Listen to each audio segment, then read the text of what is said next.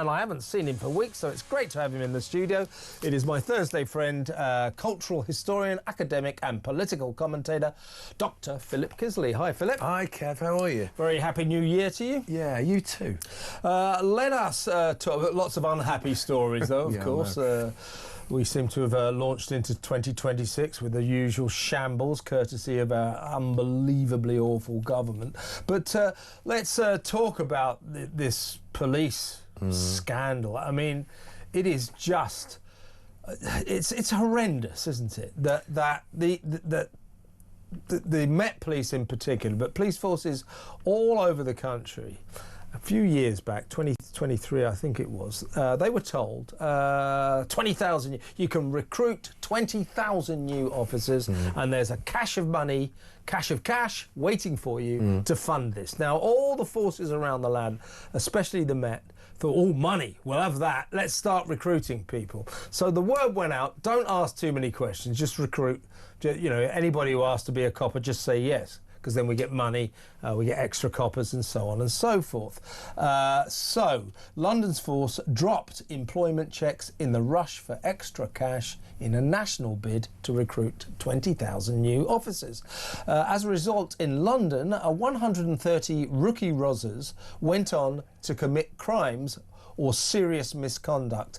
Among those, you'll like this one, among those given the uniform, no questions asked, were two serial rapists. PC Cliff Mitchell applied to join the Met in 2020, but failed to get in. Because of an allegation of raping a child 3 years earlier in 2017. But a vetting panel, including senior officers, overturned the decision as part of the ongoing drive to take on more people from ethnic minorities. PC Mitchell went on to carry out a campaign of rape against two victims, one of whom was a child younger than 13. This fine officer of the law was found guilty of kidnapping and rape and is now serving a life sentence. This DEI and this wokery is a form of insanity that we now can see is simply dangerous. It is. It's a cult, isn't it? It's the cult of DEI. It's the cult of diversity. And if these people, if these senior officers weren't obsessed and frightened of the word diversity, we wouldn't have any of these problems that we've had over this last few days. And our police forces across the country, not just the Met, I think there are 6 others, aren't there? But there is also West Midlands, what's been going on with West Midlands as well. That was about being frightened of communities. That was about being frightened of community leaders. If we didn't bother with this sensitivity, this ridiculous sensitivity about identity politics, and we just got the best people for the jobs, there would be no problem. In other words, what we used to do. So they used to recruit from real communities, not the modern notion of community. They used to recruit from real communities, people who cared about what they were doing, cared about their jobs, and cared about the people around them. Now all they're concerned about is the colour of people's skin, and also as well of the LGBTQI plus stuff and the trans community kind of awareness. All of that kind of thing taints what the contract between the public and the police force, because they are not policing, they are providing this ridiculous service which isn't a service, and they should actually be a police force. The key bottom line is nobody respects them anymore. By and large, nobody respects them anymore for very good reason, because this isn't just negligence, this isn't just professional negligence, this is active abuse. If you are not checking, if you are not carrying out the most basic safeguarding, Kev, for these people, you are going to get rapists, you are going to get murderers, you are going to get abusers. Two serial rapists. It's incredible. Recruited as coppers by the Met Police. The Met Police was among 6 forces to admit in a survey that it had, quote, deviated from the national police regulations on recruitment. You're not kidding. During a £3 billion police uplift programme, it was called, between July 2019 and March 2023. The word went out don't ask any questions. They dropped normal vetting in this right. The main drive for this, the main impulse for this was that there was £3 billion in the pot, and if you could persuade the government or prove to the government you were hiring enough coppers, you got a big pot of money. So they said hire anyone. But worse than this, as we just discussed, was.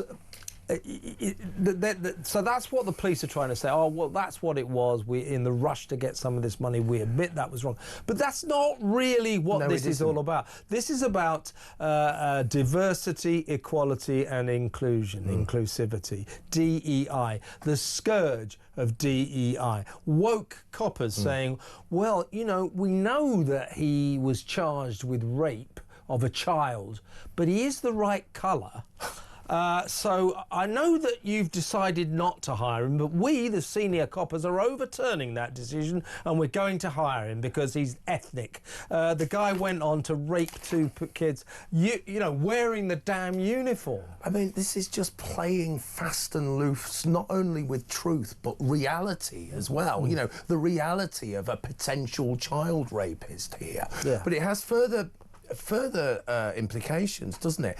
How can we trust their evidence? How can we trust their intelligence? Because we know they play fast and loose with the truth. How can the material that gets to court, how can we trust any of it? How can we trust them? The answer is that we can't, and they are in real crisis. Now, they do have a recruitment and retention crisis. We know that. They've got a morale crisis, okay? They're massively overworked. They've got so many problems, but how do they respond to that? Like you say, this isn't just about recruiting the right people. This is just about cherry-picking people of colour on the one hand, and it isn't about going out solving crimes and nicking villains. They're not doing that. They're policing people's tweets, for God's sake. Exactly, you know, right. So it's all wrong. Everything they're doing is wrong. They're a service, they're not a force. It needs ripping up and starting again. And why are people like, for example, Craig Guilford, the Chief Constable of West Midlands, who frankly stands accused of, well, I'm not saying that he's an anti-Semite, but he stands accused of an anti-Semitic approach to the Aston Villa Maccabi Tel Aviv Europa League fixture. It was certainly anti-Israel, and he stands accused of telling a pack of lies. And in fact, what he admitted to a parliamentary committee yesterday, suddenly out of the blue, he said, oh, well, you see, the thing is, the Muslim community in Birmingham, they told us they were going to take up arms, and there would have been a basic war, at which point, as a copper, he said, right, the fact you've even said that, you're under arrest. That's against the law. Instead, as Kemi Badenoch said, he...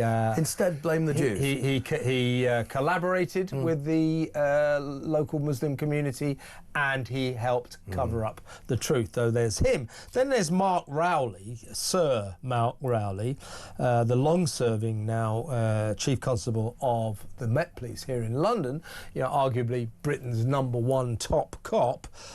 He has revealed that over the past decade, Scotland Yard has let in 131 officers and staff without proper vetting who went on to commit appalling crimes and misconduct. Now, Mark Rowley, he's a bit like, he reminds me of the departing Director General of the BBC, Tim Davie. Mark Rowley just sits there presiding over a procession line of scandals. You know, mistakes, howlers, scandals. Never stops, and he's still in his job. He's a Keystone Cop, catastrophe. Why is he still there? Why is he still there? That's the question we're all asking ourselves. But is the other question we're all asking ourselves, is this Craig Guilford going to stay?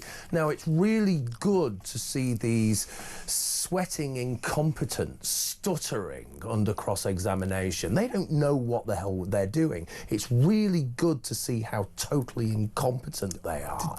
But, you know, I've got a a feeling that he's just going to stay there and it's going to be the same thing, and nothing's going to change. But I suppose the point I'm making, Kev, is even if he goes, it's actually not going to make any difference, because there's going to be another DEI-obsessed buffoon who takes his place. Exactly right. One of the coppers that was hired under this system was that guy Carrick, David Carrick, one of the UK's worst sex offenders, now serving 37 life sentences for attacks on 14 women. He was hired under this let them all in scheme. It's just unbelievable. It's unbelievable. And you know why it carries on?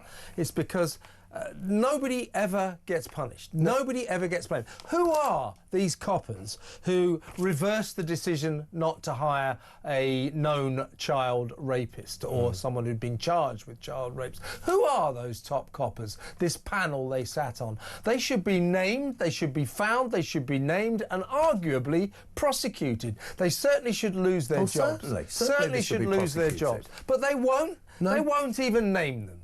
Rowley will stay where he is.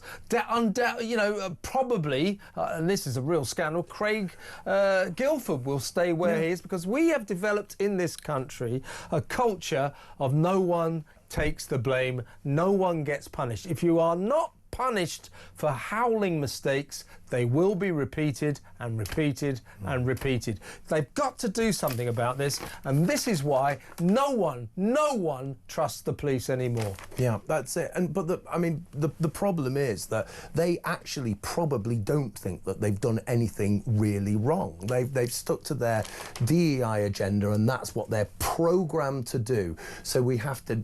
It's like, you know, it's like the whole of the blob, the broader blob. It's not enough to take one of them out. It's not enough just to change the government. You have to change the infrastructure. You have to pull it apart. You have to take away all of these mechanisms that allow it to happen.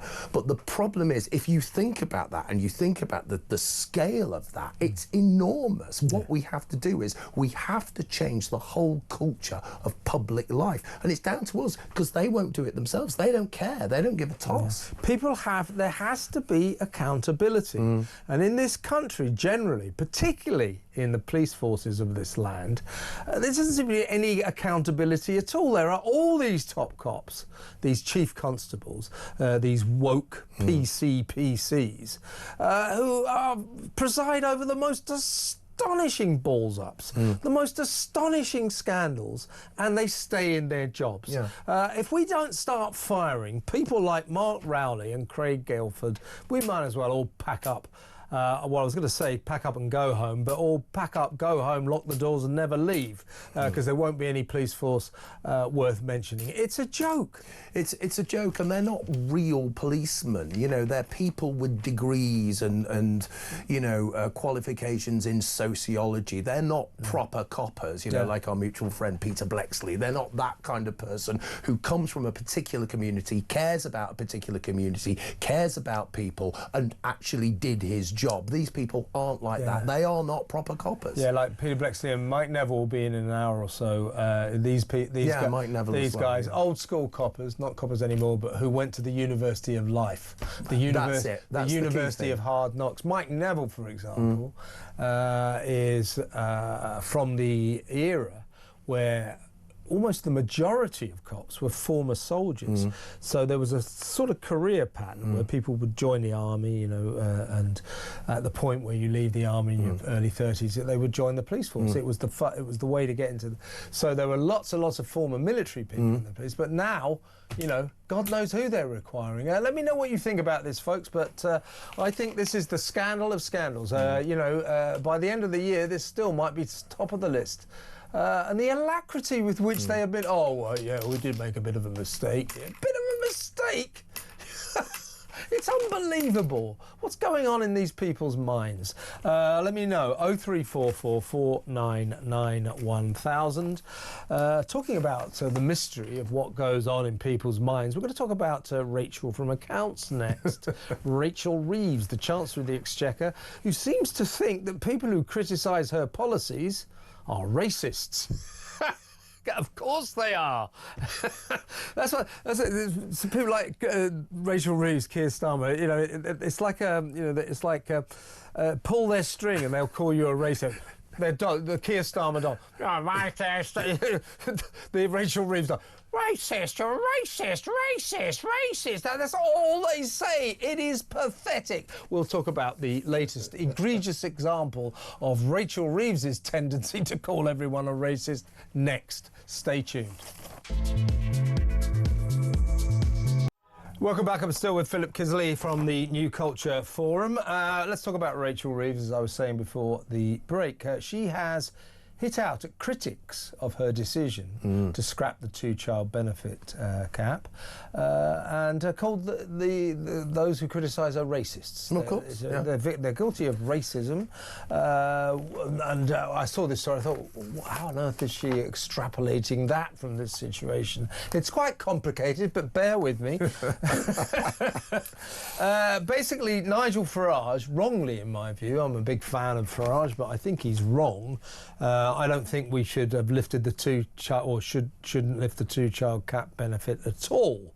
What Nigel Farage says is he supports the lifting of the two-child benefit cap, but only for British working parents. You're right. We shouldn't lift it at all. It shouldn't lift it at all. No, but it's a crazy situation. But that is Farage's line. He says lift the cap, but only for British working parents. Now, what Rachel Reeves has decided that means is that he only wants white people to get welfare. What's she talking about? I mean, as Zia Youssef, the Reform chairman, pointed out on Twitter, if you think that saying British working people equals white people, then it's you that are the racist. And Zia Youssef said that in this accusation against Nigel Farage, Rachel Reeves is being racist. I think he's right. I think he is. It's a really good little insight into the workings of their mind, isn't it? You know, what they think as opposed to what they say. And they really are racist. They think anybody who works is white, you know. That's right, But they kind of do, though. They think the working class are all white. They think the working class are all white, and they think anybody who's on benefits is of colour or black or whatever. So they are absolute. We know this because they think in terms of immutable characteristics. They don't think in terms of character, and we do. That's the difference between us and them. Everything is down to race, everything is down to sexuality, everything is down to these characteristics that nobody can do anything about. But as I say, it's a really good insight into the workings of her mind and the really confused, horrible and nasty ideology that they subscribe to. Yeah, well, all of their opponents, anyone who criticises them, they will work out a way to say you're being racist. You're a racist, because it's their ultimate insult. And there's no justification at all of accusing Nigel Farage of racism over this. He has warned that Labour's policy of lifting the cap for everyone will benefit, and I quote, this is Farage talking, huge numbers of foreign-born people, which is probably true. But for foreign-born people, that isn't an anti-white declaration at all, is it? No, it's not. It's actually safeguarding, you know, welfare, the national health, housing, and all of those kinds of things. We're talking about benefits for children here, but all of it is in the same pot, isn't it? So it's very sensible. Like you, I don't agree with him on some of it. We should just keep the two-child cap completely. But it just goes to show that the mess we're in and the ridiculous thinking and the spiteful thinking and the way that anybody who tries to push back against any of the nonsense and actually try to save money, make things better for people, they are just castigated, they're victimised, they're called racist. Now, they're saying that this is going to lift hundreds of thousands of children out of poverty. No, it won't, because it still needs to be paid for. This money doesn't come from nowhere. We have you know who's paying for it? It's you and me. It's you and me. It's the taxpayer. Working people. You know? And actually, it's the It's the taxpayer who are still on, who don't have much money, and it's their children who will go into poverty because taxpayers are in poverty at the moment. So she said in an interview with, guess which newspaper? Can you guess? Is it The Guardian by any chance? Yes, it is. How did you know? Well, How did you know? I've been in this game a long time. There's no flies on you. No flies on me, no. Right, so she said in this interview with The Guardian, does Nigel Farage want to go around and say, white, yeah, you can have the money, black, no, I'm sorry, it's not for you? What sort of country does he think we are? What a load of nonsense. Zia Yousaf, the Reform UK chairman, or former chairman actually, he posted on X, on Twitter, Rachel Reeves believes only white people can be British. She's accused Nigel Farage of racism for wanting to keep the two-child cap in place for everyone except British-born families, equating foreign-born with non-white. He says this is ethno-racism. It is ethno-racism, and I think we're in a real difficult position. Things are changing so quickly in this country at the moment. Okay, this obsession with ethnicity is as we were just discussing. It is, yeah, it is on the left, but it's also on the right as well. And I think we have to really be careful of both of these things. I'm really worried about where we are going with this. Now, the left have always been like this, and the neo-Nazis and far-right, there were so few of them, you didn't need to bother about them, but there are getting more and more and more. So we really do have to kind of really push this idea of Britishness is about, caring for Britain and understanding heritage, understanding culture, and participating in British culture, and really pushing back, especially on the left, but also on the right as well. Do you think, let me know, folks, what you think. Rachel Reeves says that Nigel Farage is a racist and that he only wants white people to get welfare. There's no basis for that. Zia Yousaf says that Rachel Reeves, in her implicit assumption that foreign-born people are not white or black, is being ethnically racist, ethno-racist. Who do you think's being the racist here? Let me know. 03444991000. What do you think of this tendency of these Labour politicians, these halo polishing virtue signallers? It's all their sort of standpoint is, we're the nice people because we're left-wing. We're full of love. People who are right-wing, they're full of hate, and they're racists. And here's the good news. I'm not a racist. We're not racist. We're wonderful. You're racist because you're right-wing. What do you think about this childish nonsense? As I keep saying, these people are like sixth form student activists. 03444991000. Before we go to break, Philip, just a very quick word, because we discussed this yesterday. This drink driving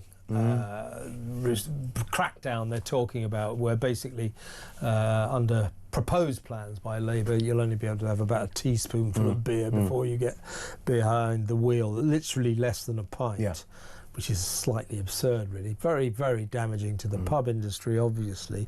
But Nigel Farage has said today this is the brainchild of Islington, the Islington cycling elite. I couldn't agree more.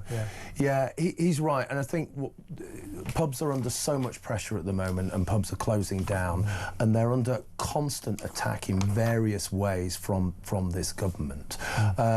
Not least because they're places where people gather, people talk. They can be dangerous places for this government. So they hate pubs. I think the key thing here is that pubs in rural places are going to really suffer. We had a publican on last night. He just said it's going to basically kill his pub. But the point is, what I felt about this was, nobody saw this coming. Why have they done this? Yeah, because for the main reason is that there are no, road traffic accidents. They're very rare. There's no real statistics. I mean, there are statistics to prove the percentage of road traffic accidents and fatalities caused by people who've been drinking. But there's no real statistics to prove that somehow that this is a fast escalating crisis at all.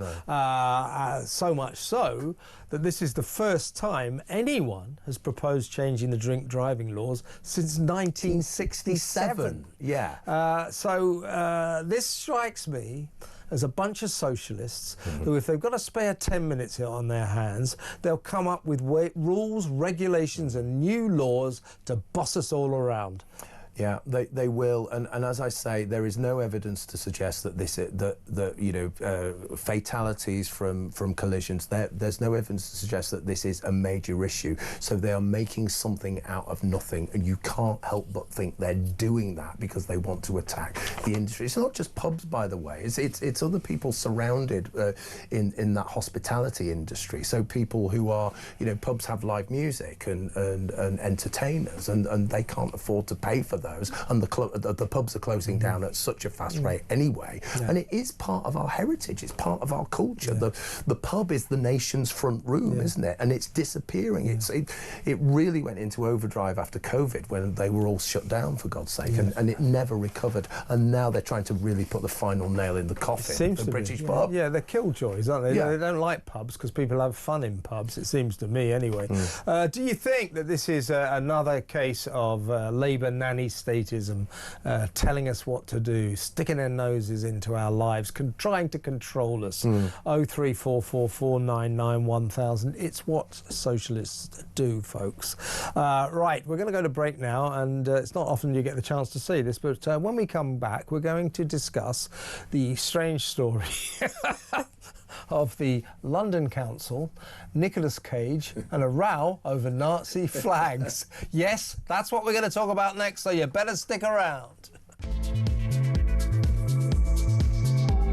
Welcome back. As I said, it's not often you get the chance to talk about a story involving a Hollywood superstar, a halo-polishing, virtue-signalling London Council and Nazi flags, but this is one of those rare opportunities. Seriously, this is Waltham Forest Council in East London. I think it used to be part of Essex. Anyway, it has a very austere-looking town hall, massive building that looks very... There it is, if you're watching on YouTube. It's a very sort of Germanic or Eastern Bloc classicist kind of building that, as you can see, could play the role of a Nazi building during World War II, which is what they wanted it to do. These Hollywood filmmakers making a film starring Nicolas Cage wanted to use this Waltham Forest Council headquarters, town hall, to play, if you like, to portray a Nazi intelligence HQ in the Second World War. I think it would have played the part very, very well. So as all systems go, Nicolas Cage was on the scene, and this was in the summer, towards the end of the summer. Now, if you remember, in the summer there were a lot of flag-type dramas going on. The Raising the Colours. It was the Raising the Colours, the Patriots putting up Union Jacks and St George's flags all over the country. So flags were a kind of weirdly sensitive issue at the time. Anyway, so they gave permission, fine, and then the film crew turned up and they started tripping these Nazi flags all over the building. So Waltham Forest goes, oh, wait a minute, you can't do that. So they rescinded permission. It just said, no, you can't do it after all. And this is what the council said. Given the high level of sensitivity to far-right iconography, we felt we had no other choice than to refuse permission. As I say, this is, in my view, a fairly ludicrous farce, ludicrous virtue signalling, snowflakery in the extreme by this council. They probably could have made a fair lot of money for the local area out of this, but no. Permission was refused, rescinded. The movie is called Fortitude. It's about a World War II, a real life story, true story, World War II Operation Fortitude, which was the intriguing story of an elaborate hoax to fool the Germans in the build-up to the 1944 Normandy invasion. It involved a Serbian spy who I think that Nicolas Cage was due to play. I'm not sure where that production is at the moment, but it's not in Waltham Forest. You know, and it's just why not? Well, the thing is, they said there's a high level of sensitivity around far-right iconography. No, there isn't, right? And what do they mean by far-right iconography? Do they mean the Union flag? Do they mean the Cross of St George? In which case, they're peddling an agenda here, aren't they? And it's unacceptable. They probably were perfectly okay to have Palestinian flags festooned all over the place. Nobody gave a toss about that, and there's a hell of a lot of kind of anti-Semitism attached to that, isn't there? But I think my point is, and reading this story, and I just couldn't believe it, because we, as a society, we used to be grown up enough to know that if something was on location, it would be obvious that this was filming and on location, and it wouldn't offend anybody because it's storytelling. But can you imagine, like, local residents going, "Oh my God, it looks like the council's gone Nazi." But that's the level of stupidity, isn't it, now? And that's what comes from the nanny state, isn't it? You can't think for yourself, oh, my God, we've gone Nazi. So this is, I'm going to read you the full explanation, quote from Waltham Forest Council. This is a council spokesperson, said, "In August, we were approached by the Fortitude production team to use the town hall as a shooting location depicting a World War II German intelligence HQ. The proposal was agreed with several conditions, including that they consulted with nearby residents and that Nazi-era flags and symbols were not publicly visible. We were very disappointed when the shoot was abruptly brought forward from October to the 15th of September, preventing the level of consultation previously discussed, and that letters have been sent to the community by the location team stating explicitly that Nazi symbols would be highly visible during the shoot. Because of these significant changes that did not honour our agreed conditions, and given the level of sensitivity to far-right iconography, we felt we had no other choice to refuse permission." So in other words, this is what happens here. The film production team treated the local residents like adults, grown-ups. Listen, we've hired the town hall for a World War II movie. For a couple of days, you may see some Nazi flags. Nicolas Cage is starring in the film, you know, pop on by, he'll give you an autograph, blah, blah, blah. You know, that's the way to go about it. I mean, you know, what are people going to do, you know? So, but instead, you could have put a swastika up. Oh, no. They rescinded permission. I just think this is... It's just childish, isn't it? It's childish, but it's also an agenda. Story of our times. It's a story of our times, but it's a way to, you know, it's a way to push an agenda and to say there's so much far right stuff. No, there isn't. There really isn't. There isn't far right iconography. There isn't far right regalia. That is not happening. If they say that, it doesn't mean it's happening. But they do that. They're a right-wing council. They're a left-wing council. They've got no idea about real life. It's public sector. You know, as opposed to the film crew that come in, have to make a living, have to make a profit, have to do a job. That's the difference between the two of them. Yeah, and you know, when they talk about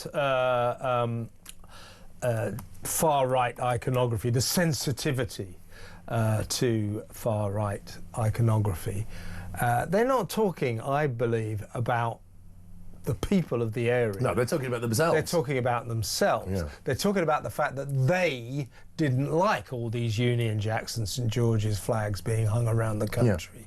And they're talking about this kind of confected argument that people were horrified by the sight of our national flag. But it's a disgrace, isn't it, that they should say, that they should even feel that they can express that sentiment, that they can say that our national flag is somehow shameful, is somehow connected to a swastika.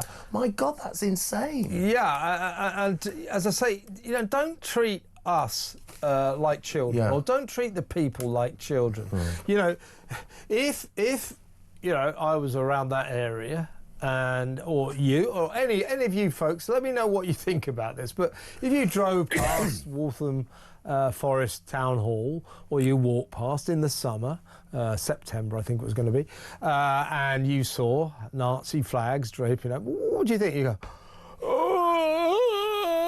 you wouldn't. You go, oh, that's intriguing. What's my that? God, we're in a time warp and it's 1944. Oh my God, the Nazis have invaded. It's pathetic. It infantilizes us, doesn't it? It really does. You know, we're going to be looking for stormtroopers disguised as nuns. You know, it's that kind of level of stupidity, isn't it? And see if you can have a wild guess as to which is the party that controls Waltham Forest. Well. Have a wild guess. Well, I'm going to give two guesses. Go on, right? go on, shoot in the dark. It's got to be the Labour Party, but I'm wanting it to be the Green Party. Yeah, well, it's probably a mixture, but it's Labour controlled. Yeah, I want it to be the Green Party. I just think we've got to grow up about this sort of thing, and I don't know what arrangements the film production team made after they were so cruelly rejected late in life by Waltham Forest, but it could be that we've been deprived of what sounds like a very good film. Yeah, it sounds good. You know, and there aren't many great films around these days, so what a shame. Let me know what you think about that, the Waltham Forest Nicolas Cage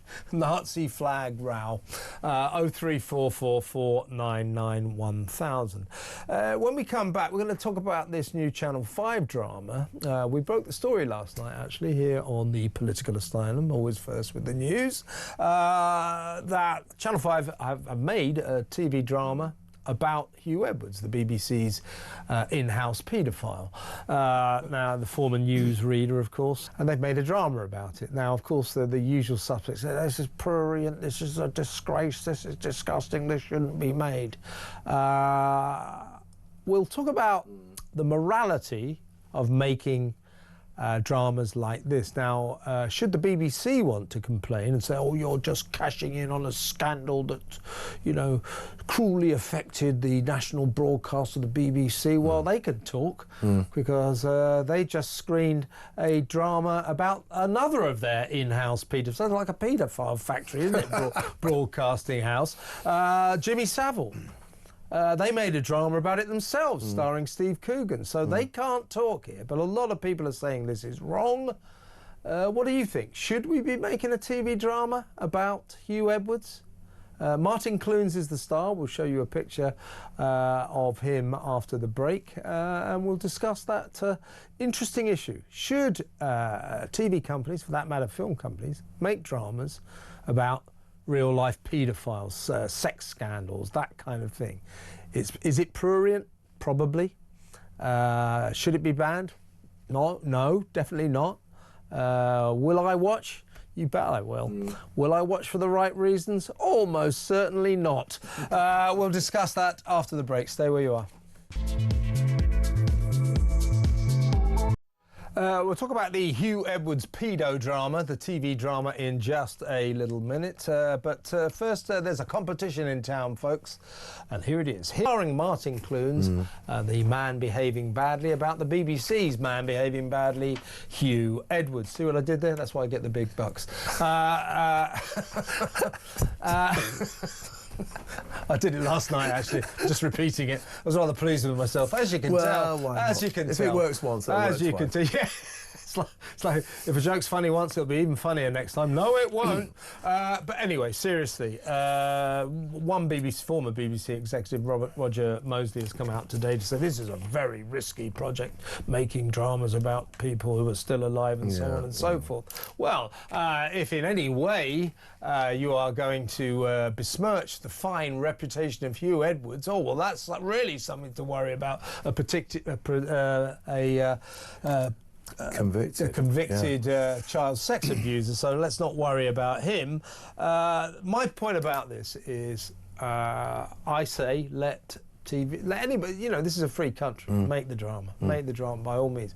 We shouldn't be banning artistic endeavour, no matter what it is about. But let's spend a lot of time pouring scorn on the TV companies that make these dramas, because they say, it's a very important story, we thought we had to bring it to the people. It's time to make... No.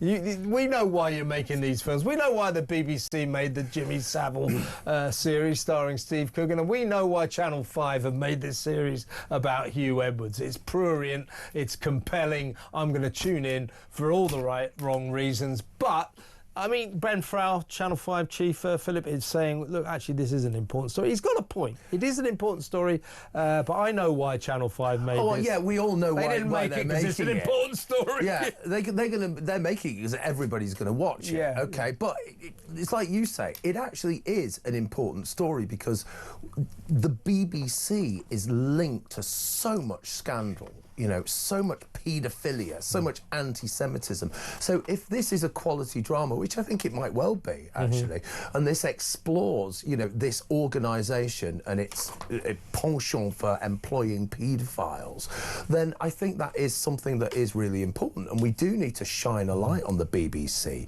and its antics. And if that happens, then it does happen. I mean, the only key thing here, who cares about Huw Edwards being still alive? And his... Nobody cares about that. It's if there's an impact on the victims, then that is something to consider. And if it shines a light on the antics of some of the executives who tried to cover up, who tried to make excuses, who spent a lot of time trying to destroy the Sun newspaper for revealing this. Oh, it's absolutely scandalous, you know, sensationalist journalism. It was on the money, it was 100% true. If it shines a light on their duplicity, good luck, good, I'm glad. But basically, as I've written down here, they always say, this is a very important story, blah, blah, blah, blah. What they're actually doing, they're diving to the depths in their own gaping moral vacuum, aren't they? I couldn't have put it better myself, and I am actually a film historian. So yeah, so I think there's like everybody's going to watch this. You know what I mean? Because he is a modern day monster, isn't he? And the BBC are in their own right a modern day monster as well. Yeah. This is where we are with this stuff. I mean, just talking about the stuff that's happening in Iran right at the moment, the BBC, it's tumbleweed as far as the BBC is concerned. So what's going on there? This is our national broadcaster, and we've already talked about Jimmy Savile. You know, they're linked to Jimmy Savile, Gary Glitter, Top of the Pops, all of that culture. So if this explores that culture, yes, it's years later, but that culture is obviously still there. It's a culture of secrecy. Then that's great as far as I'm concerned. By the way, to give this production, we obviously haven't seen it. You've seen the picture of Martin Clunes looking like a kind of diabolical version of Huw Edwards. He's got this sort of prosthetics on.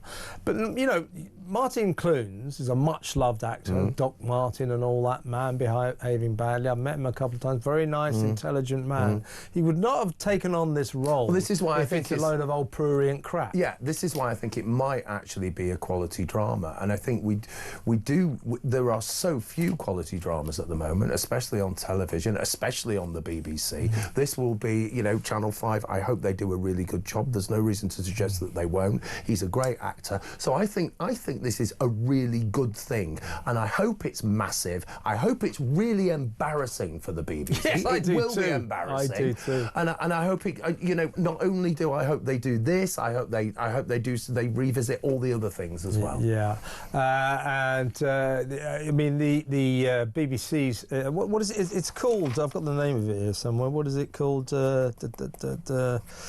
Well, let's call it BBC Pedo, right? Yeah. It's called the BBC Pedo hijinks. Here it is. Power.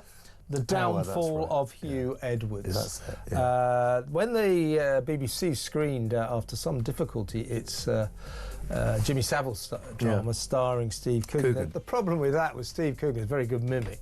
It was like watching a 3-hour Jimmy Savile impression. That kind of undermined it a bit. I didn't like that much, but this, I think, will be interesting.